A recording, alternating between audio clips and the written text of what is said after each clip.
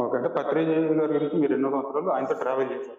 So, బయటికి ఇంకా కొంతమంది ఆయన వ్యతిరేకించే వాళ్ళు ఉన్నారు, సపోర్ట్ చేసేవాళ్ళు ఉన్నారు. సో, సపోర్ట్ చేసేవాళ్ళు పక్కన పెట్టు, వ్యతిరేకించే వాళ్ళ గురించి ఏం చెప్తారు? ఆయన గురించి బయటకి తెలియనిది ఏమన్నా ఉందా? ఆయన చాలా అంటే చాలా క్లోజ్‌గా మీరు ఆయనతో ట్రావెల్ చేశారు. సో, బయట జనాలకు తెలియనిది ఏముంది? వ్యతిరేకించే వాళ్ళంటే ఈ సమాజంలో ఎప్పుడు ఉంటారు అందరికీ. హ్మ్. భరత్ ఉన్నాడు, ఇప్పుడు ఈ భరత్ అనే అబ్బాయిని హ్మ్. ఇష్టపడే వాళ్ళు ఉంటారు, వ్యతిరేకించే వాళ్ళు ఉంటారు. ఆబ్వియస్‌గా. ఆ కెమెరా పర్సన్ ని ఇష్టపడే వాళ్ళు ఉంటారు, వ్యతిరేకించే వాళ్ళు ఉంటారు. హ్మ్. ఎప్పుడు ఉంటారు. వాళ్ళ గురించి ఎందుకు మనకి?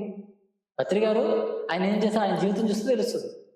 ఆయన ఎంత చేశారు, ఎంత సర్వీస్ చేశారు సమాజానికి, అది చూడాలి అంతే. రాత్రం ఎన్నో కూడా ఎన్నో విమర్శలను చాలా మంది చేశారు. సో, అందుకే అడిగిన. దేని గురించి విమర్శ? సద్విమర్శ ఉండాలి, అర్థమైనా? అదేదో కబ్జా చేశారని చెప్పి అంతా ఫేక్ అని చెప్పి అంతా రాంగ్ అంటారా? ఇదంతా ఓకే సార్. నాన్సెన్స్ అదంతా. మనం నాన్సెన్స్ మాట్లాడుకోకూడదు, మనం నాన్సెన్స్ మాట్లాడుకోకూడదు అది.